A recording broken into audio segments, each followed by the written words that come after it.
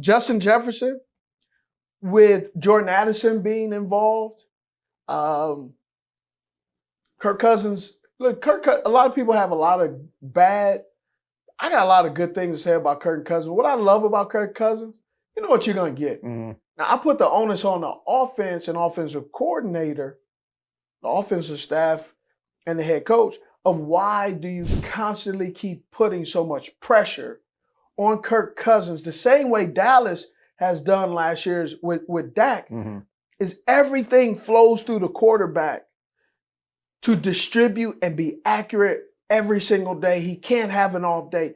I don't believe that's a healthy way to allow your offense to live. Right. That's not sustainable. No, it doesn't bode well to go into the playoffs with a negative point differential. That will eventually, those chickens will come home to roost every time. Mm-hmm. Because I remember last year, one of our first episodes, we were talking about Justin Jefferson.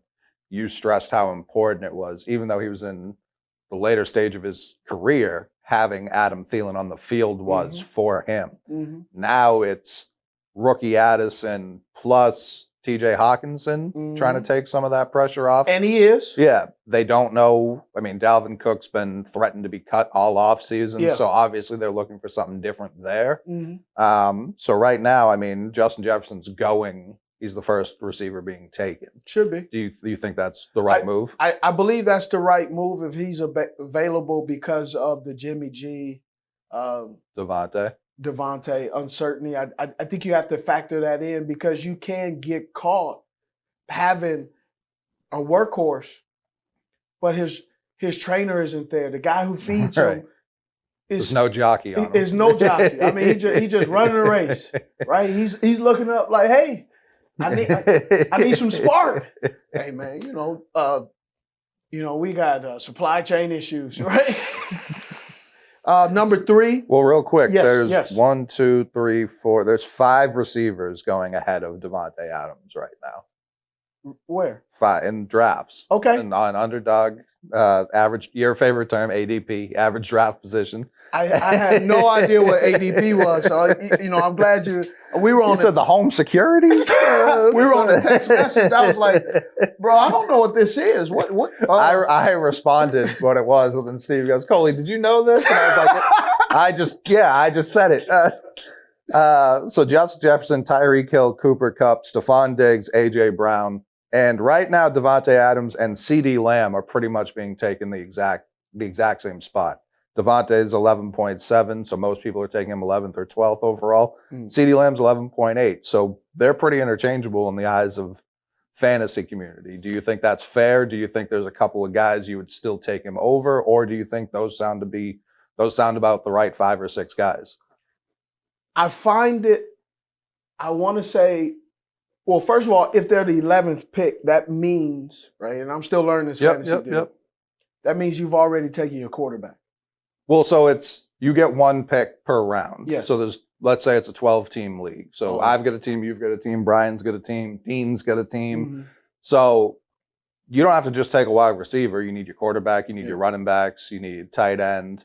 So I assume most people are taking Justin Jefferson first overall, or they're taking CMC first overall. Yes. So that what it means is 11th overall. So you're taking these in the first round. Yeah, these are all first round picks. I'm still learning. CeeDee Lamb and Devontae Adams both are on teams with some identity crisis. The Dallas Cowboys with CeeDee Lamb.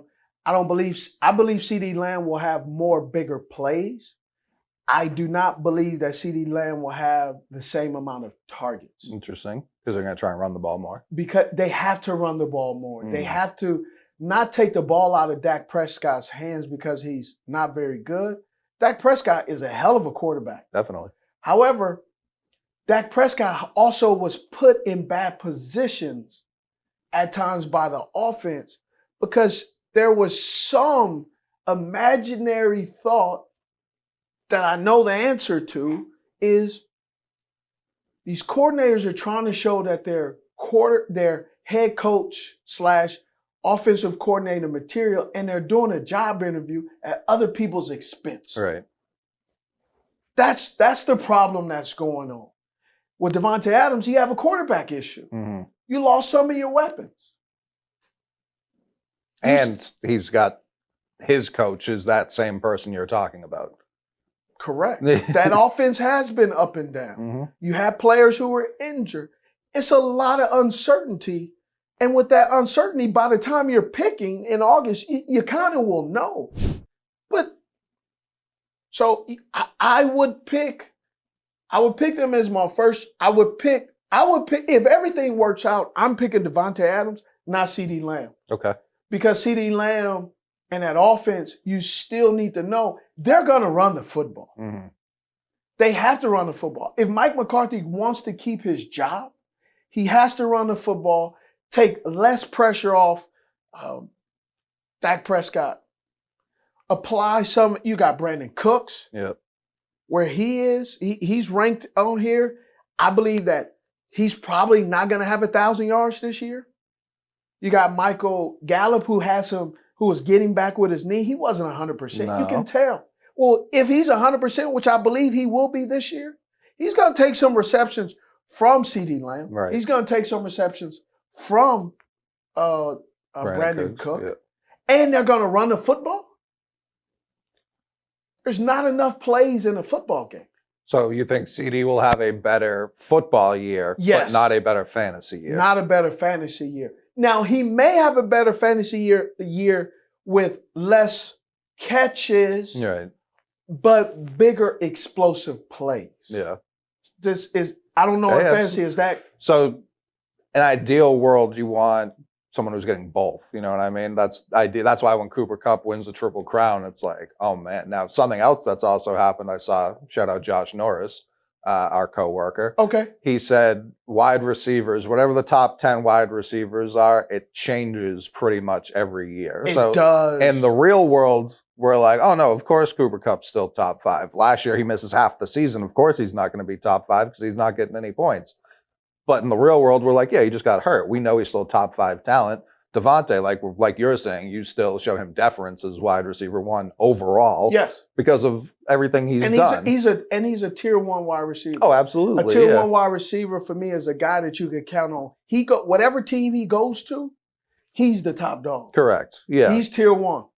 But right? The fantasy world saying we think he's going to be at best the 6th in terms of just getting points for me this year. If that quarterback situation is it might be worse. if it's resolved, meaning Jimmy G is not on the team or he can't play, he's not top. Right.